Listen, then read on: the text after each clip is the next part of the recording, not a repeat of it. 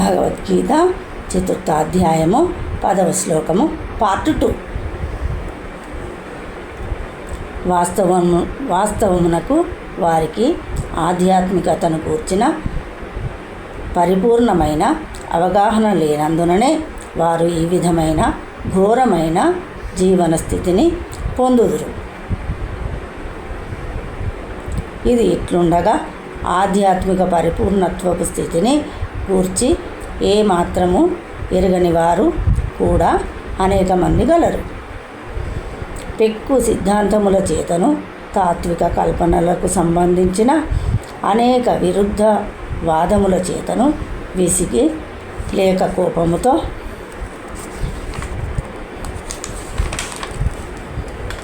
వారు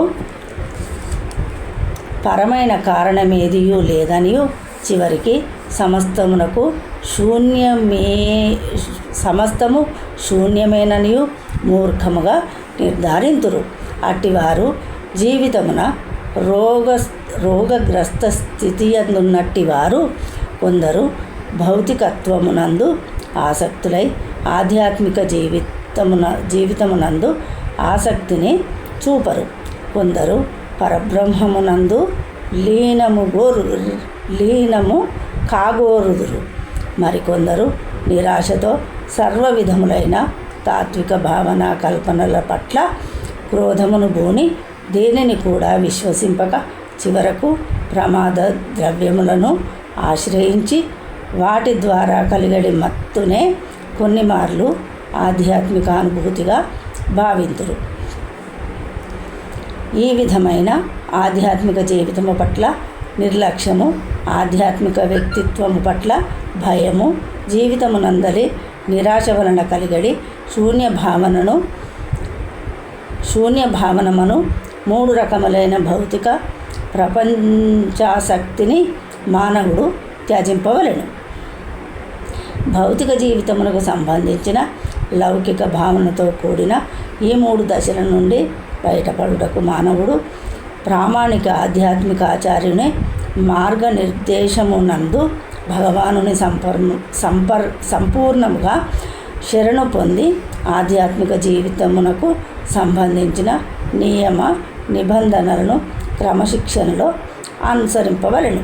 అట్టి ఆధ్యాత్మిక జీవితమునందలి చివరి స్థితియే భావము లేక శ్రీకృష్ణ భగవానుని దివ్య ప్రేమగా పిలువబడును. భక్తియుక్త సేవాశాస్త్రము బోధించు భక్తి రసామృత సింధు ఈ క్రింది విధముగా చెప్పుచున్నది. ఆదౌ శ్రద్ధా తతః సాధు సంగోథ భజన క్రియా తతో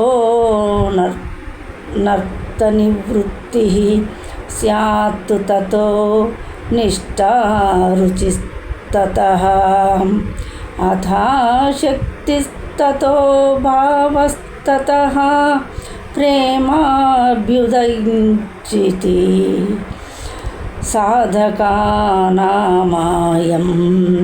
ప్రేమ్ణః ప్రాదుర్భావే భవేత్ క్రమః. ఆరంభ దశలో మానవుడు ఆత్మానుభూతిని గూర్చిన ప్రాథమిక కోరికను కలిగి ఉండవలెను. అట్టి కోరిక ఆధ్యాత్మికముగా ఉన్నతి చెంది భక్తులతో సాంగత్యము చేయుటకై యత్నించు స్థితికి అతనిని కొనిపోవును. పిదప ఆధ్యాత్మికోన్నతుడైన ఆధ్యాత్మిక ఆచార్యుని నుండి మంత్రదీక్షను పొందును. అతని ఆదేశములను అనుసరించి సాధకుడు భక్తియుక్తి సేవా విధానమును ఆరంభించును. ఆ విధముగా ఆధ్యాత్మిక ఆచార్యుని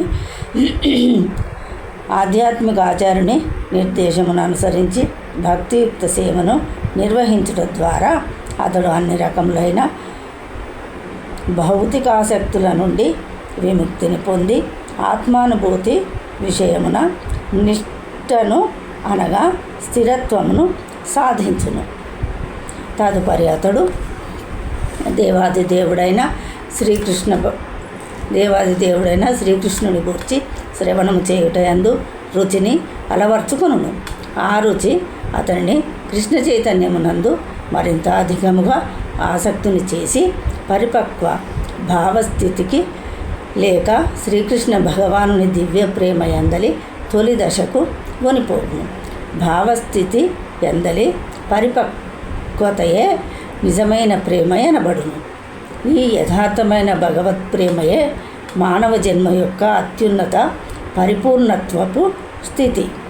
అట్టి ప్రేమ స్థితి అందే భగవానుని పట్ల నిరంతర ప్రేమ యుక్తమైన సేవ కొనసాగగలదు.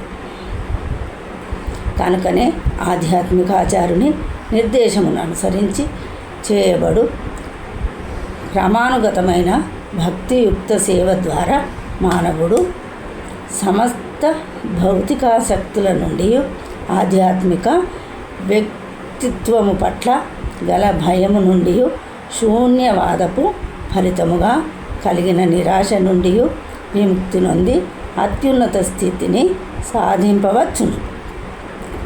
అంత్యమున అతడు భగవద్ధామమును పొందును. జై శ్రీకృష్ణ.